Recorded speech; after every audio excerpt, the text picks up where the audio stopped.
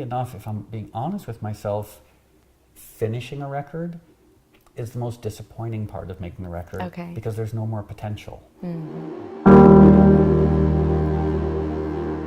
have a new album that you're working on, is that right? We've heard. And how is that going? Do you find that, are you touring anymore?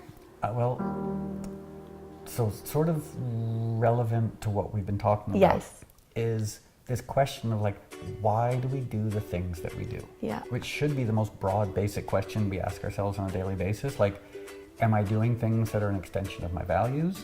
Am I doing things that work, that create benefit for me and for Yes. other people? As opposed to, I think most of our choices, we do things either because we've already been doing them.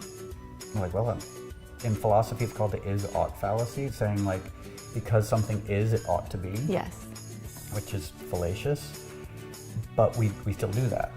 You know, like we'll stay in a relationship because we're already in the relationship. Right. You know, music businesses in 2015, musicians make money from touring and they make no money from actually like making music. Right. But all I care about is making music.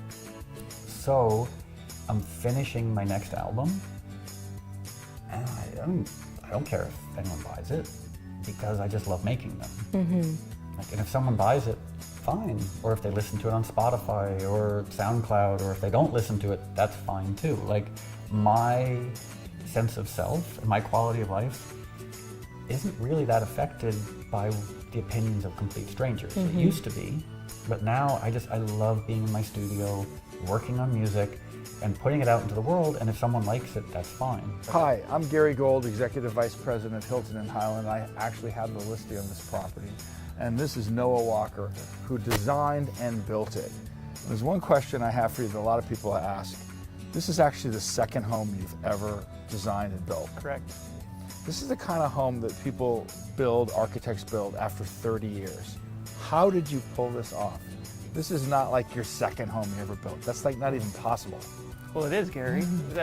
What's special about this property, and it makes it unique, or at least certainly very rare, is that there's more of a panoramic view here than you typically see. You have views in almost every direction. It's not surprising that you have a great kitchen in this house, but there's a couple unusual features.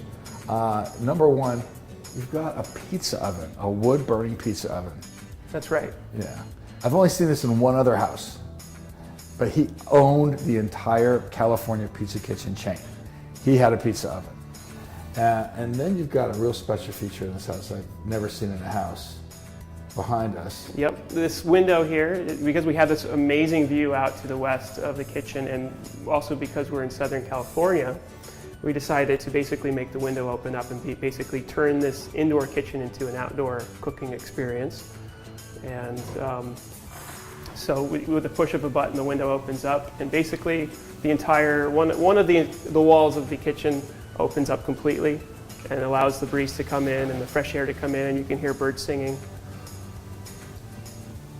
It's pretty amazing. Yeah. Now that you've been doing all these different projects, how did you become involved with TV? Because now I see you on TV. You're on, I think you began season 7 with Flipping Out and Jeff Lewis. Yes. How did that come about? Because you just have all these different opportunities that come your way. It's true. It's actually a funny story. I was a fan of Flipping Out. It had been on maybe 2 seasons, and like everybody else who watches the show, you think you know Jeff Lewis because you're in his life and you're in his world, and you feel like you want to be his friend.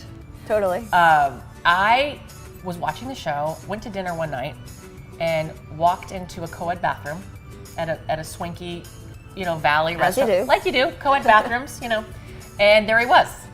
And I sort of just looked at him, and he looked at me, and I introduced myself, and I told him that I'm a fledgling, interior designer, and he said great, and he actually brought me back to his table, and I met his friends, and that started. He brought you back to the table after meeting him in a bathroom. Yes. Well, I would say some really cool little tucked away secrets in the Palisades is the park right up to Mescal Canyon.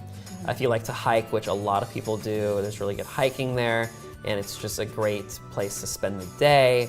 If you take Sunset down closer to PCH, there is the Self-Realization Center, which is from the street. You would never in a million years know it's there.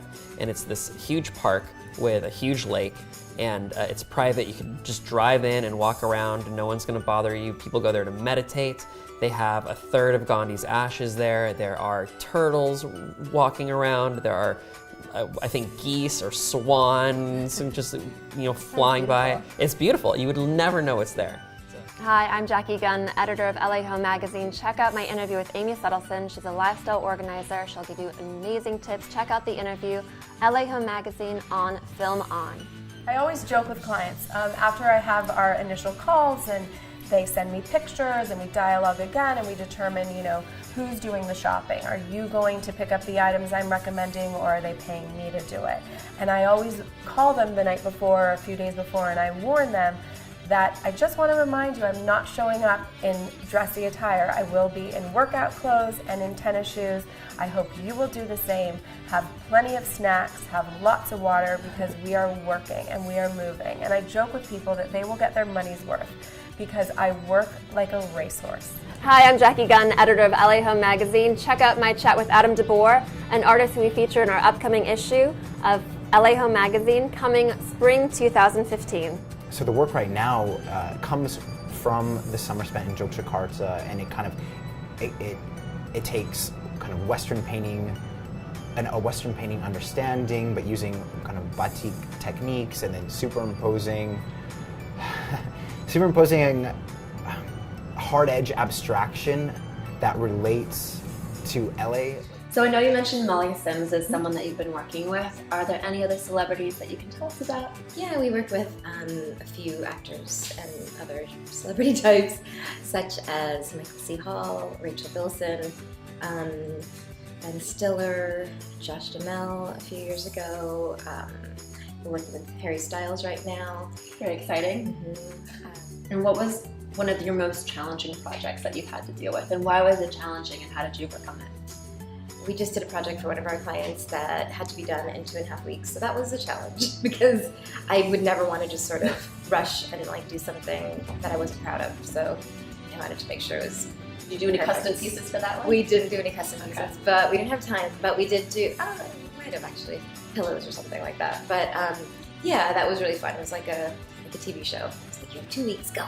It's like, and it looked amazing in the end. So I'm happy with that. But it was a challenge for sure. This is why it's beneficial.